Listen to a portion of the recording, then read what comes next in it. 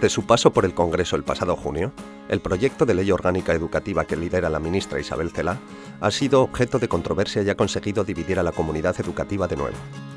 Y decimos de nuevo porque no es la primera vez que una iniciativa de este calado levanta suspicacias tanto en los sectores sociales como en la esfera política. En La Educación a Debate hemos hablado con varios expertos del ámbito educativo y vamos a desvelaros las claves del por qué una ley de reforma educativa ha generado tanto debate.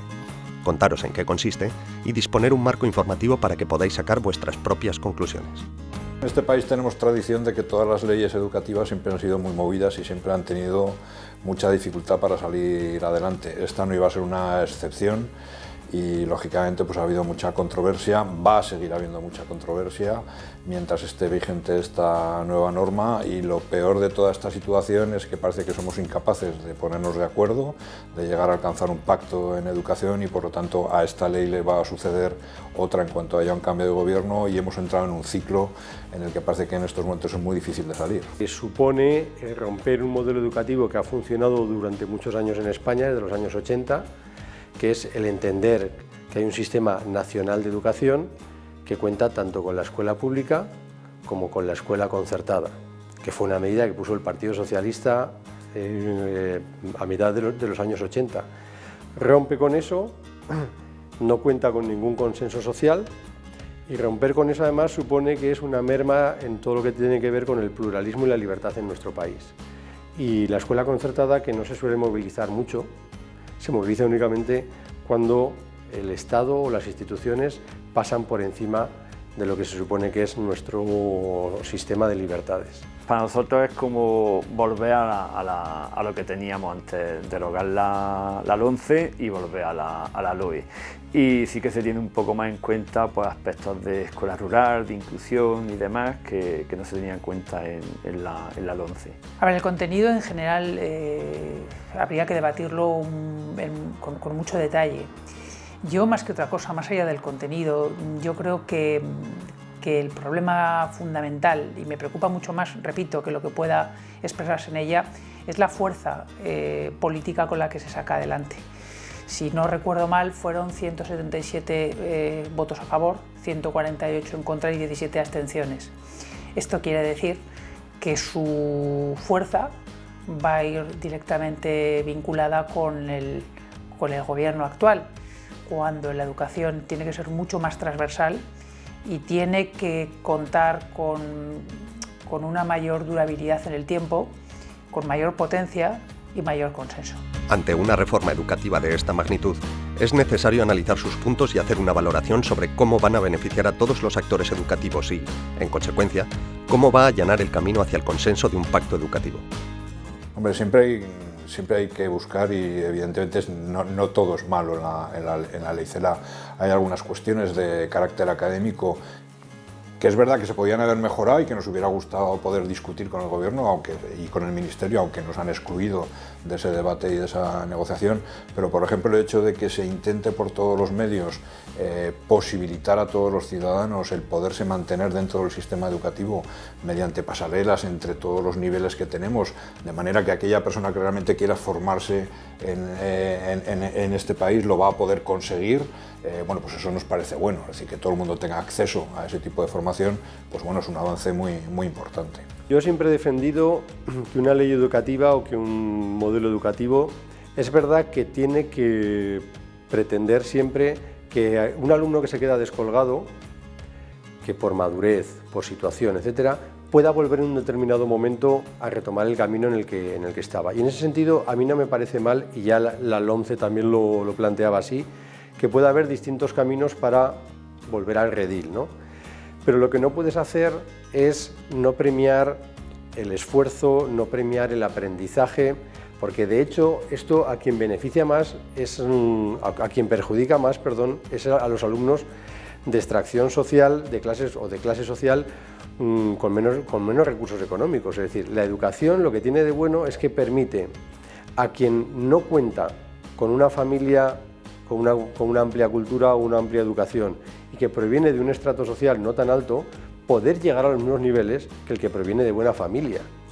Pero eso, lógicamente, se le está robando con esta ley a los alumnos que tienen menos posibilidades, porque si evidentemente tú no valoras ese esfuerzo y tú estás dando un título que carece de sentido, esos alumnos se van a quedar siempre en el mismo sitio.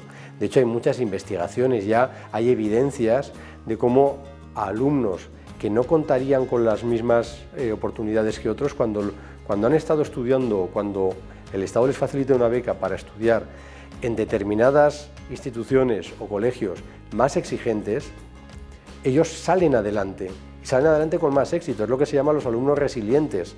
Es decir, no cuento con las condiciones, pero me ponen en un lugar donde sí que voy para arriba. Si eso no existe, las clases sociales se perpetúan ad eternum. Me parece que falta saber en qué valores se ancla la educación. Tenemos que saber si ese esfuerzo, ese empeño en el que yo creo firmemente como un valor consustancial de la educación, del superarte, de la autonomía, del mejorar, del sacrificio, eso para mí se está perdiendo.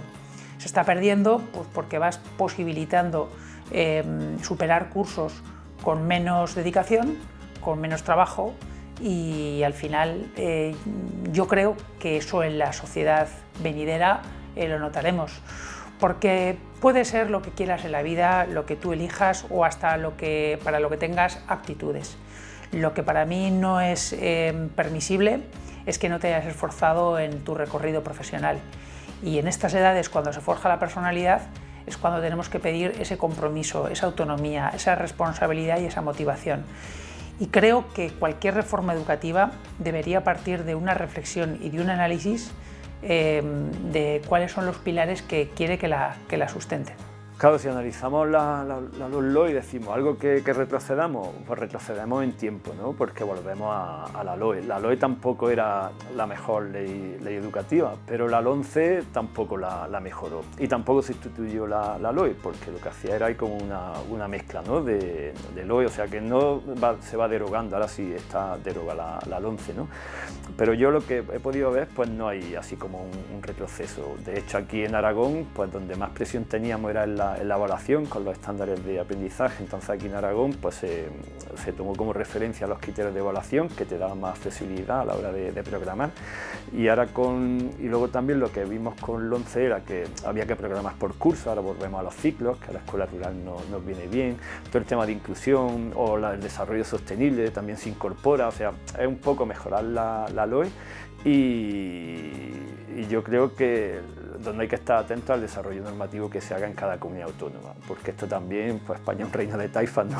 Cada comunidad autónoma pues desarrollará la LOE, habrá un decreto de mínimo, pero yo entiendo que ahí es donde hay que estar atento, porque la propia LOMCE en cada comunidad autónoma pues había unos mínimos, ¿no? Pero pues no se tenían en cuenta los estándares de aprendizaje, en otros no, y es un poco donde habrá que poner el foco en el desarrollo normativo en cada comunidad autónoma para ver cómo nos afecta. Pero en cuestión de inclusión, de derechos humanos, los derechos de la infancia se tienen muy en cuenta, la participación educativa, tanto de familias como de alumnado. Entonces eso es algo que avanzamos, que el 11, por ejemplo, habíamos retrocedido, porque la participación de la familia en el consejo escolar, pues el consejo escolar había quedado como un elemento pues solo consultivo, bueno, informativo, y ahora de nuevo pues parece ser que tendrá más protagonismo el consejo escolar en la vida de los centros, y eso va relacionado pues con la participación educativa de toda la comunidad educativa, que es lo que hay que fomentar. Entonces va en esa línea, pero yo veo eso, que al final en cada comunidad autónoma pues será donde se decidirán, y también lo que hay que ver pues que esas decisiones que se tomen en comunidad autónoma pues sean consensuadas, de modo que si hay un cambio pues suframos los menos cambios posibles. Además, la reforma llega en un momento poco adecuado por la crisis sanitaria, económica y social, algo que tampoco pasa desapercibido. Evidentemente el momento no es bueno, no ha habido otras prioridades, ha habido otras necesidades y ha habido otras preocupaciones, lo que ha traído como consecuencia que haya pasado un poco más desapercibida. Pero bien es cierto que en los momentos de fuerte cambio, en los momentos de revolución, es cuando hay que afrontar verdaderas mejoras. Lo estamos viviendo en el mundo de la familia, lo estamos viendo en el mundo del empresarial, donde muchas organizaciones han tenido que dar un salto nuevo ante la nueva tesitura, y en ese sentido podría venir bien. Siento reiterar mi principio en toda la entrevista, pero si hubiese salido en este momento con un consenso mayoritario político, yo hubiese estado encantado. Si lo que quieres es lograr un consenso y un pacto educativo, este no era el momento y mucho menos el procedimiento que se ha seguido. Cuando tú sacas una ley, digamos, de una manera un tanto escondida, por la gatera, sin contar con la comunidad educativa, cuando no quieres debatir ni quieres dialogar, es que tú mismo eres consciente que no tienes argumentos para defender ese cambio. Y esto es lo que ha sucedido. Es decir, la ministra Celaá y el propio gobierno, es decir, no están ellos convencidos de su propia ley, saben por qué está hecha esta ley y saben que es la promesa que dijeron de que vamos a derogar la LOMCE exclusivamente. Y de hecho pues han seguido un poco más. Hay cosas que a lo mejor la gente no las conoce porque no se han oído tanto, como por ejemplo todo lo que tiene que ver con la inspección educativa. Eliminan el examen de la inspección educativa a cambio de una entrevista personal que valore el liderazgo que tiene esa persona. Esto suena a pensamiento único, a adoctrinamiento, esto suena a régimen totalitario y no a un concurso en el que se valora el empeño, el desempeño y la profesionalidad de un inspector.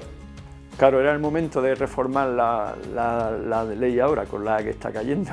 Pues seguramente no, políticamente imagino que sí, porque es cuando tienen mayoría o la han podido sacar adelante sin contar con la oposición.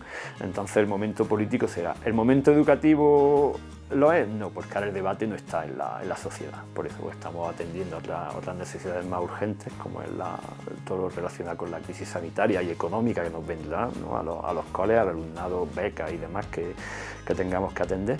Entonces yo entiendo que socialmente igual no era el momento, pero políticamente sí. Y lo que se ha hecho en falta a lo mejor es un debate más de profundidad para llegar.